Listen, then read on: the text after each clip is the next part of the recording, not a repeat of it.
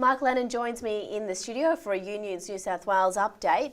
Mark, what's your response to the announcement by Campbell Newman to compel, unions to reveal their financial spending? Well, this is a report that came out yesterday that the Queensland Government is looking to make unions up in that state reveal more of their expenditure, including the question of secretary and other officials' pay.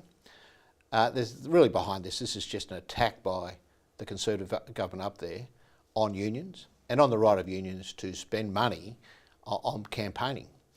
That's what's really at the heart of it. If you look at what they're really asking, they really want to see where all the expenditure of unions is going, and by that means where is it going in terms of political parties or other campaigning activities unions may be undertaking. And it really is a chance for this government to try and thwart the opposition because the unions up there, as you know, have been doing a great job opposing the public sector cuts that the Newman government has implemented. So it's not just a question of a Conservative government seeking to cut jobs and take away entitlements of workers. It's also a Conservative government seeking to take away the rights of workers, that is the right of their unions to campaign effectively on their behalf. That's what is at the heart of yesterday's announcement. I guess this seems to be an ongoing attack by Conservative governments. Exactly. Here in New South Wales, we've seen something similar this year with the changes to the Electoral Funding Act that the O'Farrell government brought in back in February. It basically has limited political donations to parties, to individuals, including it has banned affiliation fees being paid by unions to political parties.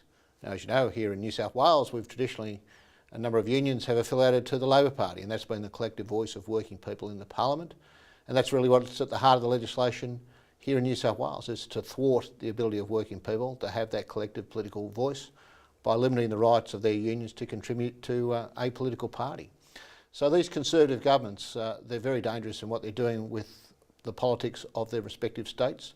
They're not just attacking, as I say, basic entitlements and wages and conditions. They're actually attacking political rights that have been around these states for well over 100 years. And I guess, Mark, finally, what's happening in the private sector?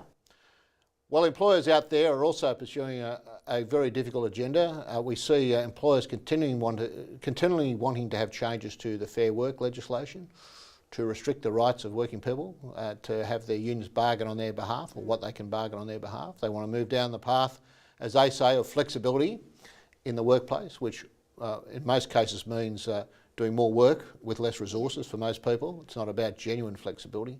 And of course we continue to see them harping on about some of the old chestnuts like abolishing penalty rates, and they're pushing hard to abolish penalty rates on weekends, running some spurious arguments about the fact we now live in a 24/7 society and that the weekend no longer really applies. Well, that's nonsense. For most of us, we still enjoy our weekends. You only have to look at peak hour on Saturday mornings. There isn't one to see that most of us are enjoying the weekends.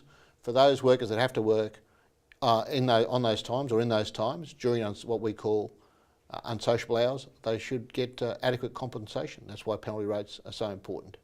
So the employers are still out there pushing their agenda as well, and we'll continue to campaign vigorously against it. Excellent. Thank you, Mark, for joining me. Thanks very much.